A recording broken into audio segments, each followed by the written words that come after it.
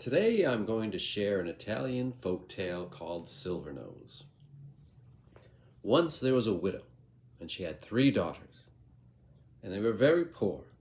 Even though they took in laundry and washing, they could really never make ends meet. So one day, the eldest daughter said, "Mother, I'm tired living like this. I hope somebody comes and takes me away." And then the mother said, "Watch what you say. You never know who might be listening." And the daughter said, "I don't care. The devil himself could knock on that door and I'd go with him." And just then there was a knock at the door. The 4 of them looked at each other. Then the mother opened the door, and there was a very tall, very good-looking gentleman. He had a goatee. He was very well dressed in a suit, had a walking stick, and he had a silver nose. Fun fact. The astronomer Tycho Brahe also had a silver nose. You see, he'd lost half of his nose in a sword fight with his cousin, so he got a silver one to cover it up. Now, there is some discrepancy and discussion about this. Some say it was really a copper nose, others say it was bronze, and then there's others who say it was actually a mixture of silver and gold. But why not all 3? Maybe he had the copper one for day-to-day use, the bronze for when he went to the beach, and the gold and silver for parties. But I digress. Back to the story. And so the silver-nosed gentleman said, "Good day to you, madam. I have a very large house, and I am in need of some help. And I was hoping that one of your daughters would be willing to come with me." And the mother looked at the eldest daughter and said, "I don't trust him, especially that silver nose. Don't go." And the oldest daughter says, "I don't care what you say. I'm going with him, mother." Kids, am I right? So the oldest daughter went with Silvernose, and they walked through the woods, and in the distance was a glow. And the oldest daughter said, "What's that? Is the forest on fire?" And Silvernose said, "Oh, no, that's just my house. Must have left the light on." As they got closer, she saw it was a huge mansion. And then they went inside, and he gave her a large key ring with many keys on it. And he said, "On this key ring are the keys to all the rooms in the house. You may go anywhere you wish, any room you like, except for this one behind us." And he pointed to the door. "You see this door here? Do not open this door. Whatever you do, don't open this door. In fact, let me see that key ring again. Here's the key that opens this door. See how I put it in? See how I can unlock it and lock it? Whatever you do, don't open this door. I'm going to tie a piece of thread to this key just to make sure that you know which key it is so you don't accidentally open this door." Other side note here, if you ever find yourself in a folk tale and somebody is telling you not to do something, it's because they really want you to do it, but it's going to end up bad for you, especially if you have a generic name such as oldest daughter. So the oldest daughter took back the keys and said, "Oh, don't worry, I won't open that door." That night, after dinner, she went to bed. And while she was sleeping, Silvernose snuck into her room and put a rose in her hair. When she woke up the next day, she looked around but didn't see Silvernose anywhere, so she thought he must have gone out for the day and decided to see what was in that forbidden room. So she went down, unlocked the door, opened it up, and she was blasted back by heat and flame. She looked inside and she saw all these souls screaming in torment and fire everywhere, and it was an endless cavern. And she realized that Silvernose was the devil, and what she saw before her was hell. So she slammed the door as quick as she could, but it was too late. The heat and the flames had already scorched and withered the rose in her hair. Even though she locked the door, later when Silvernose came home, he looked at that flower in her hair and he said, "Oh, you have looked in the forbidden room. Well, since you're so curious, why don't you have a closer look?" And he took her, opened the door, threw her in, and locked it behind her. Now, the next morning, Silvernose went back to the widow's cottage. He knocked on the door, and when she answered, he said, "Good day to you, madam. Seems my house is too big for one daughter. I was hoping maybe another would like to join me." And the widow looked at her middle daughter and said, Don't go with him." The middle daughter said, "Look, mother, there's too many mouths here to feed as it is, and who knows, he's rich. Maybe he'll want to marry me or something. I'm going." And so off she went with Silvernose. They two went through the woods, got to the house. He gave her the key ring and explained not to open the door behind him. And she said, "Well, I'm not going to open that door. Why would I? It's your business." After dinner that night, she went to sleep. And Silvernose snuck into her room while she was sleeping, put a gardenia in her hair. The next morning, she woke up. She saw Silvernose had left for the day, and she said, "I'm going to see what's in that room. It's probably money or something like that. Maybe all his treasures." So she went, unlocked the door, opened it up, and there she saw all the souls, including her sister, screaming out to be rescued. So she slammed the door shut, but it was too late. The heat and the flames had withered that flower in her hair. When Silvernose came home later, he looked at the flower and said, "Oh, you have looked in the forbidden room. Since you're so curious, why don't you have a closer look?" And then he too threw her in and locked it behind her. The next day, Silvernose went back to the widow's cottage, knocked on the door. When the widow answered, he said, "Good day to you, madam. When it comes to working, your daughters are really on fire." "Yes, but my house, so big, it's just held clean. I'd be such a devil if I didn't get them another soul to help them with. So I was just wondering, perhaps your other daughter would be willing to join me." And the mother looked at her youngest daughter, Lucia. And Lucia says, "Don't worry, mother. I'll be on my guard. We need to know if my sisters are okay, but I'll only go with your blessing." So the mother agreed, gave her blessing to Lucia, and Lucia went off with Silvernose. They went through the woods, they came to the house. He showed her the forbidden door and gave her the keys. That night after dinner, when she went to sleep, Silvernose snuck into her room, and he put a carnation in her hair. The next morning when she woke up, the first thing she did was fix her hair, and she found the flower. She said, "Oh, what's this? Oh, how sweet, he gave me a flower. Well, I don't want this thing to die." And so she got a bowl of water and placed it in it to keep it fresh. Then she fixed up the rest of her hair. You see, good hair care may save your life one day. After fixing her hair, she went down and couldn't find Silvernose and assumed he'd left for the day. And then she started to search the house from top to bottom. Every room she looked through trying to find her sisters, but there was no sign of them. Finally, there was just one door left, the forbidden room. Maybe they were behind that. Maybe there was another part of the house.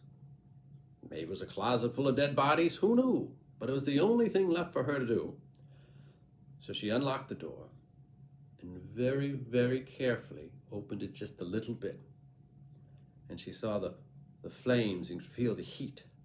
So she took a small peek and she saw all the souls plus her sisters in there, and she slammed the door and shut it and locked it tight. Now what could she do? She could pull her two sisters out right now, but then what? How did they get home? Yes, they all came, but did they remember the way? Only Silvernose knew the way. So she started to think of a plan. And while thinking, she went and she started to clean up the house as much as she could, cleaning from here to there as she thought of different possibilities. Finally, as it was getting late, she thought she should get ready in case Silvernose came back home, and so she tidied herself up, dusted herself off, and then remembered the flower, and so she put it back in her hair. When he did come home, he looked at her and he said, "Oh, the flower is still fresh." And she said, "Well, why wouldn't it be? Why would I wear dead flowers in my hair?" And he said, I was just talking to be talking. You know, I think you and I will get along fine." And so it was for a few days. They did get along fine, and then Lucia finally came up with an idea. About 3 days later, after Silvernose had left, she went to the forbidden door, opened it, and pulled out her oldest sister, and then closed it again. She took her sister upstairs, showed her a large bag, and said, "Look, I'm going to put you in this bag. I'm going to cover you up with some of these sheets and linens. I'm going to have Silvernose bring you back to Mom. Now, if he ever tries to look in this bag, I need you to scream out, I see you, I see you. Do you understand? And the sister said, yeah, yes. All right, let me get you some food and stuff. Just relax here for now. Later, when Silvernose came home and they were having dinner, Lucia said, you know, I've been here a few days and I'm missing my mother, and I'm also worried about her. She used to have 3 of us helping her. Now it's just her. I'm sure she must be sad. Would you mind going by and just seeing how she is? And Silvernose said, oh, of course, no problem there. Oh, also, would you mind bringing some laundry to her? This place is so big, I can't do all of it. He said, oh, of course, I can do that for you too. So the next morning, she had her sister in the laundry bag covered by linens by the front door. When Silvernose came down, she said, oh, good, here's the laundry bag. Please bring it to my mother, and just so you know, I'll be watching you. Yes, I have the power of seeing very far away, and I'll be keeping an eye on you, so don't dilly-dally. Silvernose said, oh, really, that's so cute. And he picked up the bag and said, oof, this bag is so heavy, what's in it? And the oldest sister said, really? And Silvernose looked at Lucia saying, really what? And Lucia said, really, you can't lift that? It's so simple. I was able to do it myself. And Silvernose said, no, it's fine. And he left. But as he was walking through the woods, he said, I wonder what's really in this bag. It's too heavy just to be laundry. And he put the bag down and started to untie it. And that's when the oldest sister screamed out, I see you. And Silvernose looked around and said, what? It's true, she can see me. I thought she was just joking. So he threw the bag back over his shoulder and continued to the widow's house. When he got there, he knocked on the door, and when she answered, he said, here is a bag of laundry from your daughter Lucia. I'll come back and get it later. And he dropped off the bag and wandered away. The mother was very concerned until she opened the bag and found her oldest daughter, and then she was overjoyed. Now, Lucia couldn't play the same trick twice, not so soon, so she had to wait a little bit. And she didn't like her middle sister because she had stolen a brush from her or something when they were kids, so she let her stew for about another week. But then Lucia, at dinner, said, oh, Silvernose, missing my mother again. Would you be willing to check on her again for me? And Silvernose said, oh, of course, for you, that's fine. Oh, and would you be willing to take some more laundry? I've gotten more of the house clean, and I have a few more sheets to send her.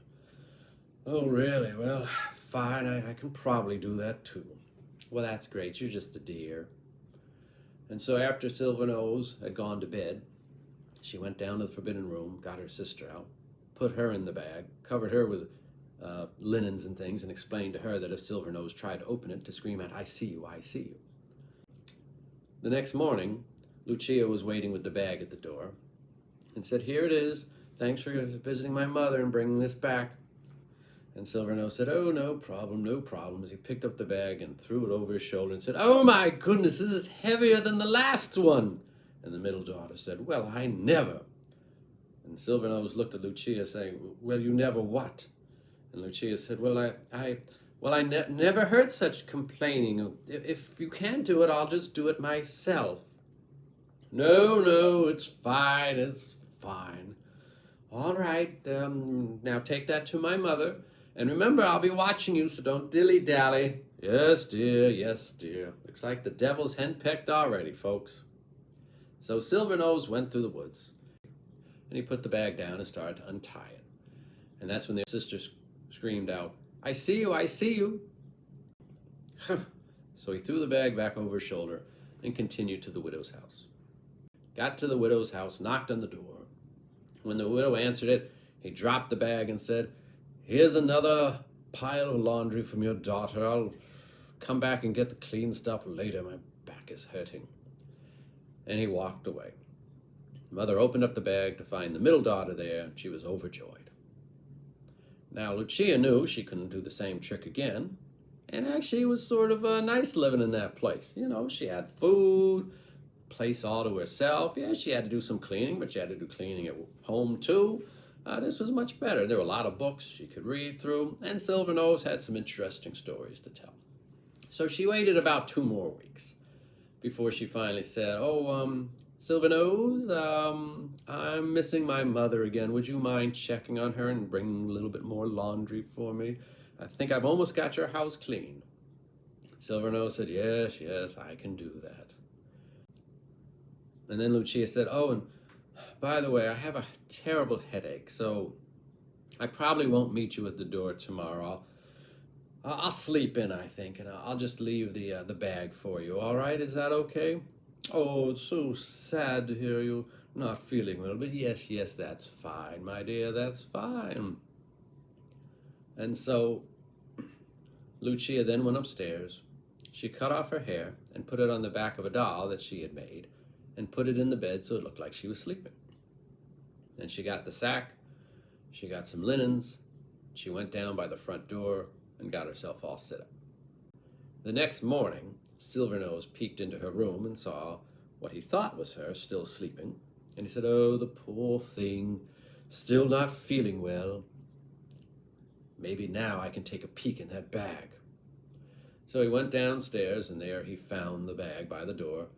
He picked it up, and he said, "Oh, well, it's not as heavy as the last two. Fairly light, actually." And Lucia in the bag smiled. And then Silvernose went walking through the woods, and he went further than he had the 2 previous times. And he said, "I think I'm far enough away now. I'm going to finally see what this girl is taking from me." And he put the bag down, and he started to open it, and Lucia cried out, "I see you, I see you." And Silvernose said, "Oh my goodness, I thought she was sick in bed. How can she still see me? And it sounds like she's right here, like right here in this bag, calling out from inside this bag. It's inexplicable. I don't know how she does it." So he threw the bag back over his shoulder and wandered back to the widow's house. Knocked on the door. When she answered, he dropped the bag and said, "Here's the latest thing from your daughter Lucia, and my back is killing me. I'll get the clean things later." When he left, the mother opened up the bag and found Lucia inside. But not just Lucia, and not just the sheets, but a lot of gold and some other things that Lucia had taken. So they were no longer a poor family. In fact, they were fairly wealthy. And they put a big silver cross outside the front door to keep Silvernose away. Because that's all you need to keep the devil away, just a big old cross outside the front door. Not like you ever have to leave the house or nothing. Don't gotta go shopping or anywhere. Nope. It's fine. Maybe have everything delivered. Who knows?